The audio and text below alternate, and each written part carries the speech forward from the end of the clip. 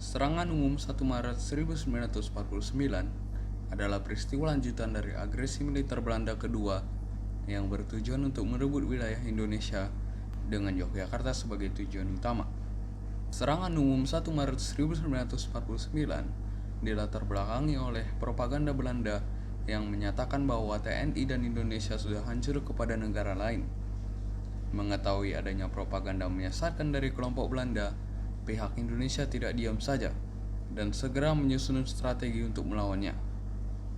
Dalam kata lain, Indonesia melakukan serangan terhadap Belanda di Yogyakarta untuk membuktikan bahwa TNI dan negara Indonesia masih ada, serta memperkuat posisi Indonesia dalam perundingan yang sedang berlangsung di Dewan Keamanan Perserikatan Bangsa-Bangsa.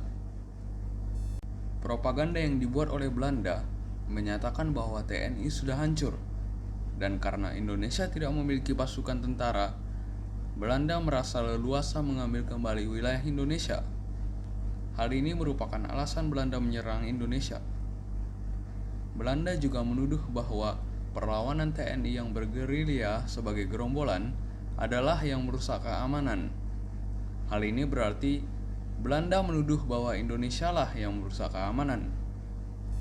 Serangan umum 1 Maret 1949 ke Yogyakarta telah dipersiapkan oleh jajaran tertinggi militer di wilayah Divisi 3 dengan mengikut sertakan pimpinan pemerintahan sipil setempat berdasarkan instruksi dari Panglima Divisi 3, yaitu Kolonel Bambang Sugeng. Dalam pelaksanaannya, strategi ini menggunakan strategi Wehrkreis atau daerah pertahanan, yaitu membagi-bagi daerah pertempuran dalam sub-daerah yang dapat berdiri sendiri. Strategi ini kemudian dilengkapi taktik gerilya dengan pembagian 7 wilayah sub-Wehrkreis atau SWK. SWK 101 dipimpin oleh Letnan Marsudi. SWK 102 dipimpin oleh Mayor Sarjono. SWK 103 dipimpin oleh Letkol Suhud. SWK 103A dipimpin oleh Ventjes Mual. SWK 104 dipimpin oleh Mayor Sukasno. SWK 105 dipimpin oleh Mayor Sutjono.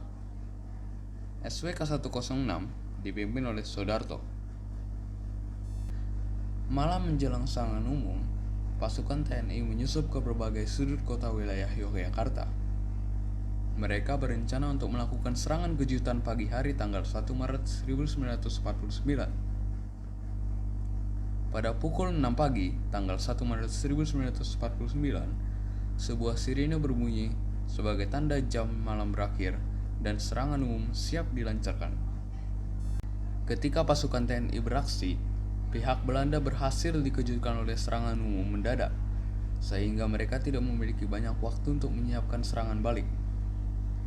Dalam waktu cukup singkat, pasukan TNI berhasil memukul mundur pasukan Belanda keluar dari Yogyakarta. Keberhasilan TNI setelah membubarkan Belanda ini menjadi berita baik dan disebarluaskan ke luar negeri melalui Birma, sehingga berita radio itu sampai ke perwakilan RI di Perserikatan Bangsa-Bangsa New York, Amerika Serikat.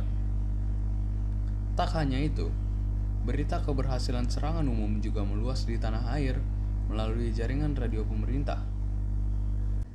Serangan umum 1 Maret 1945 merupakan momen penting dalam sejarah revolusi Indonesia.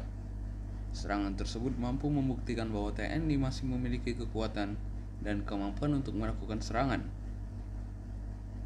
Dengan berhasilnya serangan ini, kepercayaan rakyat terhadap performa TNI kembali pulih. Semangat pejuang Indonesia juga semakin meningkat dan memberikan dorongan bagi perjuangan kemerdekaan. Berkat serangan umum pada 1 Maret 1949, dukungan internasional mulai berdatangan bagi Indonesia, termasuk pemerintah Amerika Serikat yang awalnya mendukung Belanda, mulai mengubah sikapnya dan meminta pihak Belanda agar mau berunding dengan Indonesia. Propaganda palsu yang dibuat oleh Belanda berhasil dipatahkan, dan Indonesia mendapat tawaran perundingan dari Dewan Keamanan Perserikatan Bangsa-Bangsa.